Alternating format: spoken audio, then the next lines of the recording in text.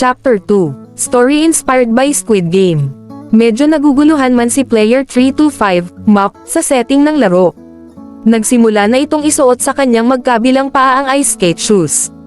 Ang mga player naman na nasa loob pa ng dorm ay nagsimula ng magsipila upang lahat sila ay makalabas na ng dorm at makatanggap ng skate shoes para sa Game 1. Sigurado ba kayo na magpapatuloy pa rin kayo? Pinatulog nila tayong lahat at dinala rito, tanong ni Player 111, Neil, sa kanila. Itutuloy namin ang laro, dahil mukhang tama si Player 325 para sa rating ng show ang mga nangyari sa atin. At isa pa, wala naman masamang nangyari sa atin, buhay pa naman tayong lahat rito, sagot ng karamihan sa mga players kay Player 111. Ang mga players na kanina ay natatakot sa tila pagdukot o pagkidnap sa kanila ngayon ay nakumbinsi na makiisa sa Game 1 Nanogram One More Game na kanilang sinalihan. Papa, nasaan po si nanay? Hanapin na po agad natin siya, naiiyak na sabi ng batang babae na si Player 777. Thea, 10 taon gulang. Makikita rin natin ang nanay mo sa labas ng dorm, pumila na lamang muna tayo, sabi ni Player 778, Theo, na kanyang ama. May batang kasali, panglahat ng edad ba ito?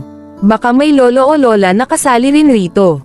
Tanong sa sarili ni Player 250 na may pangalan na, Clint, nasa unahan lamang niya ang mag-ama.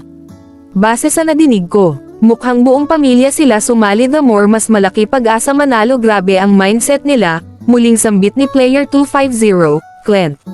Samantala, nag-aalala naman si Player 776, Mariz, ang ina ng batang babae na si Player 777. Diyos ko po, nasaan na ang mag-ama ko? Sana naman magkasama sila at hindi mag-isa ang anak ko. Labis na pag-alala ni Player 776, Mariz, at hindi nga nito mapigilan ang maluha sa labis na pag-alala.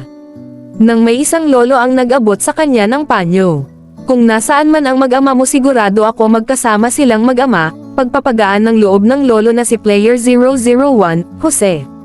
Salamat po sa pagpapagaan ng loob, pagpapasalamat ni Player 776, Mariz, at inabot nito ang panyo at pinunasan ang luha. Dahil rin ba sa pera kaya kayo sumaling pamilya rito? Tanong ni Player 001, Lolo Jose. Sa bangketa lang po kami nakatira at walang mapapag-iwanan sa anak ko namin. Kaya nag-decide kami ng asawa ko na isama at isali sa laro ang anak namin. Mga player lang kasi daw po ang isasama, pero ang katotohanan po talaga balak namin ilabas agad sa laro ang anak namin kapag dumating na kami sa lugar ng laro na pagdadausan, papapaliwanag ni Player 776, Mariz.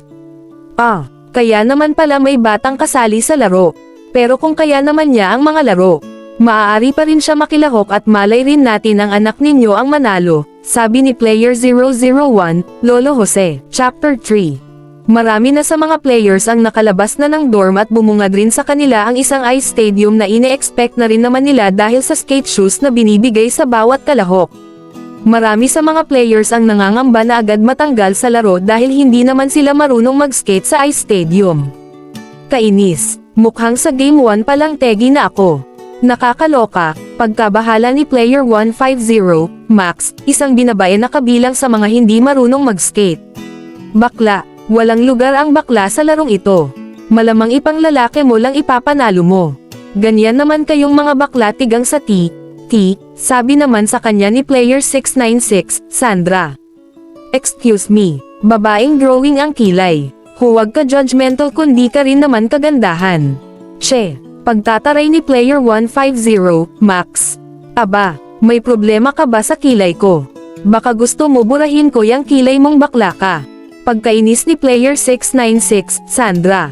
Sige lang, subukan mong babaita ka. Sagot ni Player 150, Max, at nagkapangabot na nga ang dalawa at nagkasabunutan ang mga ito. Lumikha nga ito ng kaguluhan. Samantala, isang lalaking player naman ang biglaan rin sinabunutan ng babaeng Player 222, Jenny. Nakita rin kita, dito lang pala kita matatagpuan, hayop na lalaki ka. 5 taon ka nawala. Gigil na sabi ni Player 222, Jenny, habang sinasabunutan si Player 333, Gareth. Tama na, sabi ni Player 333, Gareth. Matapos mo ako buntisin bigla kang naglaho. Maglilimang taon na ang anak natin at hindi ako papayag na makita mo siya kahit sa malayo. Sabi ni Player 222, Jenny.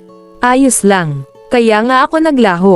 Dahil ayaw ko ng responsibilidad, gusto ko mamuhay ng malaya at binata 30 pa lang ako at ikaw rin magkaedad lang naman tayo.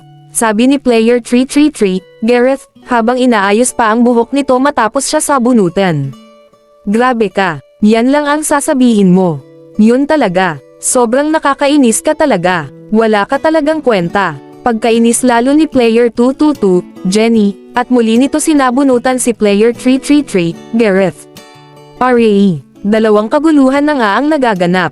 Subalit, may isang player naman ang pinangangilagan ng mga namumukhaan siya si Player 666, Rick, isang wanted serial killer na nadakip na ng kapulisan subalit nagawang makatakas sa bilangguan habang sinasamantala ang nagaganap na rambulan sa loob ng piitan. Teka, bakit may kasaling mamamatay tao rito? Pagkataranta ng mga players, ngumisi lamang si Rick, at masaya siya na kinakatakutan siya. Matakot lang kayo nang sa ganun madali lamang ako maka-advantage sa inyo, sa isip-isip ni Player 666, Rick. Nang biglang, may kumalabit sa kanya na batang lalaki na Player 456, John, 10 taon gulang. Kuya Manong, nakita mo ba ang ate ko? Tanong nito kay Player 666, Rick. At ang lahat ay nangamba para sa batang lalaki dahil ang kinakausap nito ay isang serial killer. Hindi ko alam. Pero tutulungan kitang hanapin ang ate mo pero sa isang kondisyon susugatan ko ang mukha mo, sabi ni Player 666, Rick, at nilabas nito ang kanyang balisong. 10 minuto na lamang bago magsimula ang Game 1. Ang lahat ay pinapaalalahanan na isuot ang skate shoes. Pag-anunsyo muli sa mga players matapos makalabas na ang lahat ng players sa dorm. Kung nakarating ka dito sa dulo baka pwede naman pahingi ng likes at subscribe. Kita-kita ulit sa susunod na chapter.